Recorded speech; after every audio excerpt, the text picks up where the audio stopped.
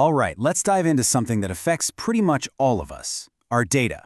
Specifically, we're looking at some really powerful rules in California that put you back in the driver's seat. This is a huge deal for digital privacy, and we're going to break down exactly what it means for you. You know the feeling, right? You're just talking to a friend about, I don't know, needing new hiking boots, and bam, suddenly, every ad on every site you visit is for hiking boots. It's that creepy feeling that our devices know just a little bit too much about us. Well, here's the thing. Our personal data, what we like, where we go, what we search for, it's worth a ton of money. It's constantly being collected, crunched, and sold. But if you're in California, this game-changing law gives you the power to pull back the curtain and actually do something about it. So where does this power come from? It's from a law called the California Consumer Privacy Act, or CCPA for short. The best way to think about it is like a personal toolkit for your digital rights. It lays out really clear rules for how businesses have to handle your information. And look, this isn't just some nice suggestion. It's the law. And it's got teeth. It's enforced by a whole new state agency, the California Privacy Protection Agency, or CPPA. Their entire job is to make sure your rights are being protected. So what can you actually do with this law? Well, the CCPA gives every Californian a set of what I like to call digital superpowers. These are brand new rights that totally change the game. Let's take a look at what they are. Okay, at its core, you're getting 5 major rights. You have the right to know exactly what data a company has on you, the right to delete that information, the right to correct it if it's wrong. You also have the right to opt out of them selling or sharing your data. And, super important, the right to limit how they use your most sensitive personal info. Let's dig into that right to know for a second, because this one is huge. You can literally go to a business and ask for a full report. You can say, show me everything you've collected on me. Where did you get it? Why do you have it? And who else have you given it to? They have to tell you. So how do you actually do this? It's actually pretty simple. You just go to a company's website and scroll all the way to the bottom. Find their privacy policy. In there, they have to give you clear instructions on how to make a request.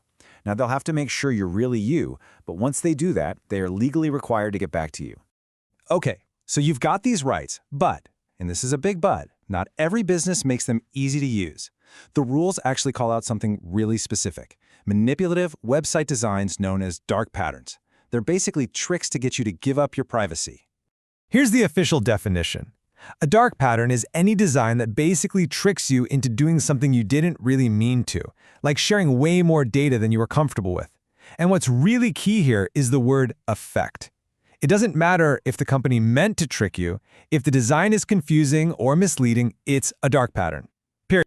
And this is such a perfect example. The law talks about symmetry in choice. It means the path to say no can't be longer or harder than the path to say yes. So a fair design has a clear accept all right next to an equally clear decline all. An unfair design, that's when you see accept all next to something vague like more information, forcing you to click through a maze of menus just to protect your privacy. That's a classic dark pattern. And there are so many other tricks to watch out for. You'll see confusing language like double negatives that make your head spin, or those little toggle switches where you can't tell if it's on or off. Or maybe they pre-check all the boxes for you, hoping you won't notice. Even a giant bright green yes button next to a tiny gray no counts. It's all designed to nudge you in the direction they want you to go. And here's the bottom line, the part that really matters. The law is crystal clear on this.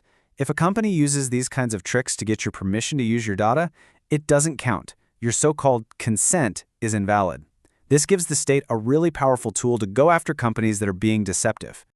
Okay, so this law isn't just playing catch up with today's tech, it's actually looking to the future. The new regulations are tackling a huge, growing force in our lives: artificial intelligence, especially when algorithms start making major decisions about us. So the official term is Automated Decision-Making Technology, or ADMT. Basically, this is any time a computer program uses your personal data to make a big call that a person would normally make, without any real human oversight. And these rules don't apply to just anything. They kick in for what the law calls significant decisions. And we are talking about the really big stuff here. Things like whether you get a job interview, if you get accepted into a college, if you're approved for a loan or an apartment, or even what kind of healthcare you can get. These are huge, life-altering moments. So what can you do about it? Well, you have the right to know when this technology is even being used to make a decision about you. You can ask for a basic explanation of how it works, and, most importantly, you have the right to opt out. To say, nope, I don't want an algorithm making this call. I want a person to review this. So, having rights on paper is one thing, but who's actually going to make sure companies follow the rules? How is all of this enforced? Well, for starters, there's a clock. When you make a request to a business, they generally have 45 days to give you a real, substantive response. They can't just leave you hanging forever. This puts a fire under them to take your request seriously. And remember, that agency we talked about earlier, the CPPA, they're like the privacy police. If a business is ignoring you or you think they're breaking the law, you can file a complaint directly with them. They have the power to investigate companies and even run full audits to make sure everyone is playing by the rules. And this quote really sums up the whole spirit of the law. It's all about a balancing act.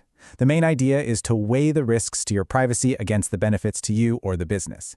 And if the privacy risks are just too high, the goal is to limit or even completely stop that data processing. It's a true privacy-first approach. The California Consumer Privacy Act has really shifted the balance of power. For the first time, you have this clear set of tools to see and control how your personal information is being used. The power is literally in your hands. The only question left is, are you going to use it?